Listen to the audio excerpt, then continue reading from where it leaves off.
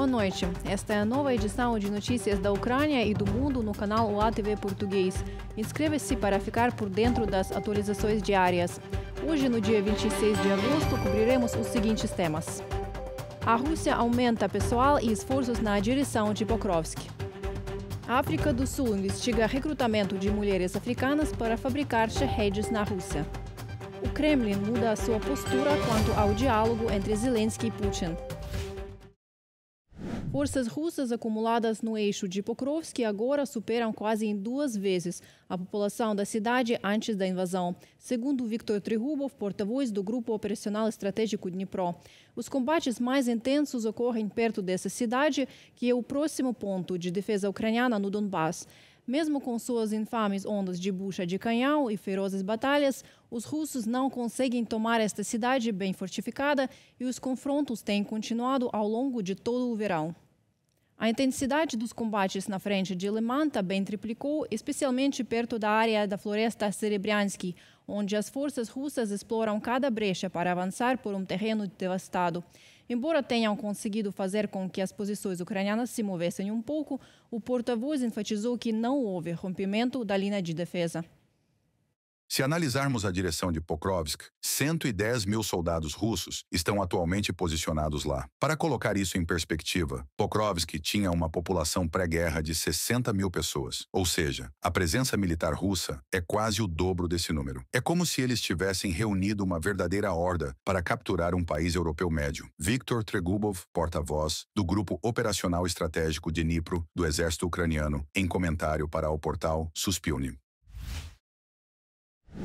Forças russas abandonaram as tentativas de explorar uma ruptura perto de Dobropilha e agora estão concentrando seus esforços em outras direções, de acordo com analistas do Instituto para o Estudo da Guerra.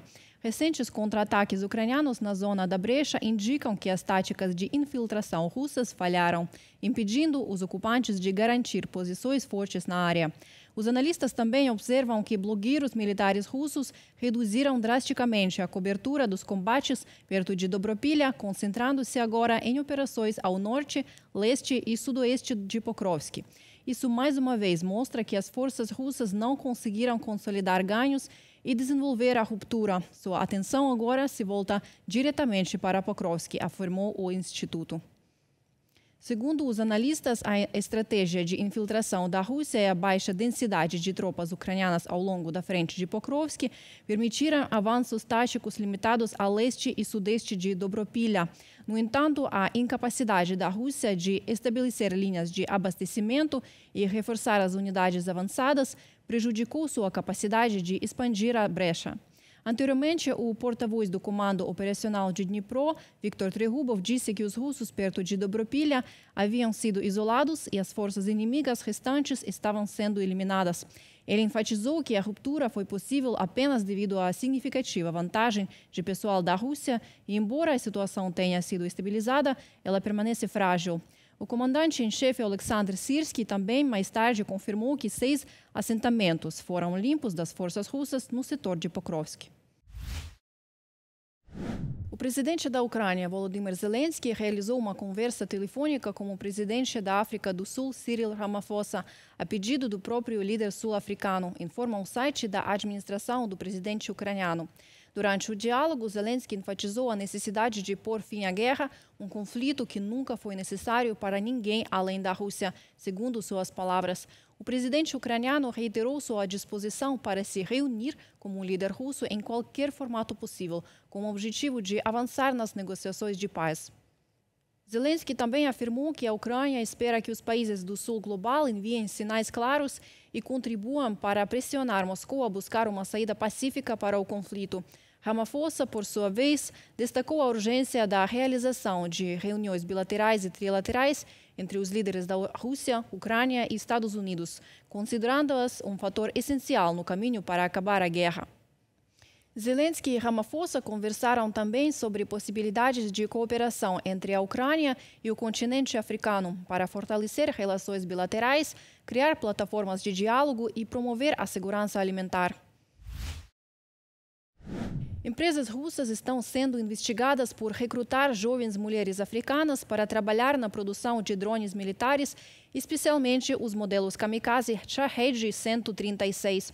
Segundo a Bloomberg, o foco da campanha está na África do Sul, onde o governo já abriu uma investigação. O principal centro envolvido é a Zona Econômica Especial de Alabuga, no Tartaristão, conhecida pela fabricação de drones. Organizações ligadas ao local usam a marca BRICS para atrair candidatos. Em maio de 2025, uma filial sul-africana da Aliança Empresarial Feminina dos BRICS assinou um acordo para enviar 5.600 trabalhadoras a Alabuga e a empresa russa Etalon Bud Ural. As ofertas de vagas circulam nas redes sociais e prometem passagens e moradia gratuitas, sem mencionar o trabalho em fábricas de armamentos. Segundo o Instituto de Ciência e Segurança Internacional, 90% das mulheres recrutadas são direcionadas à montagem de drones, muitas vezes sem saber. A estratégia também foi observada em países como Botsuana e Lesoto, onde políticos locais teriam promovido os programas como oportunidades de estudo e emprego. Eles acabam fazendo parte da guerra, montando armas, diz o pesquisador Spencer Faragasso, do Instituto de Ciência e Segurança Internacional. Muitas dessas mulheres vivem em locais onde são vulneráveis, com poucas oportunidades de estudo, trabalho, independência ou de viajar. Mas, ao chegarem a Alabuga, enfrentam um choque de realidade quanto ao que foi prometido e ao tipo de trabalho que, de fato, terão que realizar. Spencer Faragasso, pesquisador sênior no Instituto de Ciência e Segurança Internacional, na publicação da Bloomberg. Esperamos que Vladimir Putin e seus minions em breve se arrependam da decisão de zombar do presidente Donald Trump. Assim escreve o New York Post. O que aconteceu? Pode ter sido a cúpula do Alasca, onde Putin deu a Trump um banho morno de, cito, nova esperança por um acordo de paz na guerra da Ucrânia. É assim que o New York Post descreve o episódio. Após inicialmente sinalizar abertura para um encontro, Sergei Lavrov, chanceler de Putin, jogou mais um balde de água fria sobre qualquer possibilidade de uma reunião entre Putin e Volodymyr Zelensky. Eles reconheceram que não conseguirão instalar um regime fantoche em Kyiv e, o mais importante, admitiram que haverá algum tipo de garantia de segurança para a integridade territorial da Ucrânia. J.D. Vance, vice-presidente dos Estados Unidos, em entrevista à NBC News. O presidente Putin deixou claro que está pronto para se reunir, desde que esse encontro tenha, de fato, uma pauta presidencial. Até o momento, não há nenhuma reunião desse tipo planejada. Sergei Lavrov, ministro das Relações Exteriores da Rússia, ao vivo na NBC News. Porém, essa pauta simplesmente não existe. Em vez de discutir termos concretos, Putin impõe exigências unilaterais, que a Ucrânia declare publicamente que jamais ingressará na OTAN, aceite a perda de territórios, proíba a presença de tropas europeias em seu território para garantir a paz e ainda conceda à Rússia poder de veto sobre qualquer garantia de segurança futura para Kiev.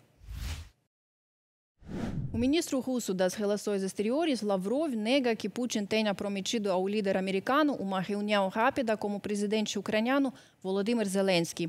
Ele fez essa declaração durante o programa de domingo no canal NBC News. E isso apesar de tanto o próprio Trump quanto representantes de sua administração afirmarem o contrário. Por que Lavrov está mentindo novamente? Quais outras declarações ele fez nas últimas semanas e com qual objetivo? Nossos correspondentes analisaram o assunto.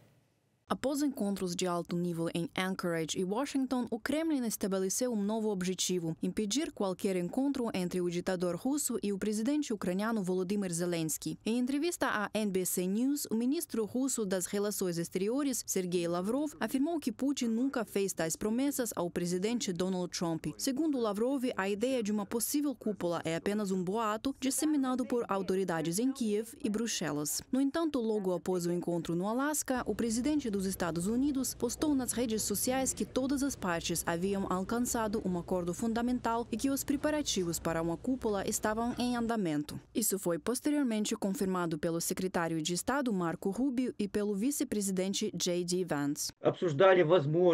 Houve discussões sobre a realização da reunião, tanto em formato trilateral quanto bilateral. Agora, tudo mudou. Isso mostra que a Rússia estava claramente tentando ganhar tempo. Mas, após o encontro na Casa Branca, essa estratégia desmoronou. desmoronou. Detalhes concretos de um acordo de paz começaram a ser discutidos. Em primeiro lugar, garantias de segurança para a Ucrânia. E é exatamente isso que o Kremlin não quer, que a Ucrânia receba garantias reais de segurança. Assim começaram, digamos, a recuar de seus compromissos anteriores. Expressar publicamente a disposição para negociar enquanto faz exigências deliberadamente impossíveis tem sido uma tática recorrente da Rússia durante os 3 anos e meio de guerra em larga escala. Isso ficou claro nas negociações de Istambul e é a mesma abordagem utilizada por Lavrov atualmente. Na semana passada, Lavrov exigiu que a Rússia tivesse poder de veto sobre quaisquer garantias de segurança ocidentais para a Ucrânia. Também declarou que o Kremlin se opõe categoricamente à presença de tropas europeias em solo ucraniano. Na entrevista de domingo à NBC News, Lavrov insistiu que a Ucrânia deve abandonar sua busca pela integração euroatlântica e reiterou as reivindicações de longa data da Rússia sobre o território ucraniano.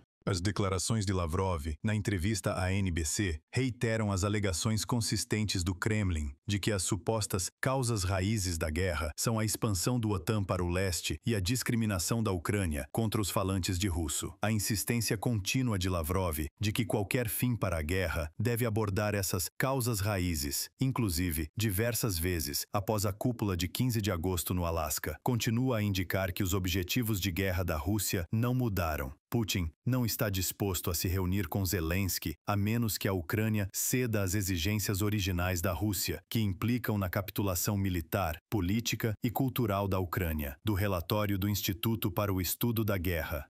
Lavrov também tentou transferir a culpa pelos atrasos no processo de paz para os países europeus, ao mesmo tempo em que retratou Trump como alguém que estava fazendo tudo o que é possível e impossível para acabar com a guerra. A estratégia do Kremlin é clara: dividir a aliança ocidental que apoia Kiev e desestabilizar a situação política dentro dos Estados Unidos. Além disso, Lavrov decidiu novamente questionar a legitimidade do presidente ucraniano, com um objetivo claro de minar qualquer acordo de paz futuro. A seguir, veja como o Ministério das Relações Exteriores da Ucrânia respondeu às declarações de Lavrov. Nada é mais absurdo do que uma lição sobre legitimidade vinda de alguém que ocupa seu cargo há 21 anos, servindo a quem está no poder há mais de 25. Ele não tem legitimidade para falar sobre legitimidade. Tais declarações delirantes mostram que a Rússia rejeita os esforços pela paz. Andriy Sybiga, ministro das Relações Exteriores da Ucrânia, na rede social X. Os governos ocidentais interpretaram as declarações e ações do Kremlin como um obstáculo à diplomacia. Nenhuma das partes está disposta a ceder em questões essenciais, pois tal concessão tornaria qualquer acordo futuro inútil. Reportagem de Irina Yusupova para o ATV Notícias. Por hoje é isso. Curta, comente e fique ligado no UATV Português para as próximas edições. Até amanhã!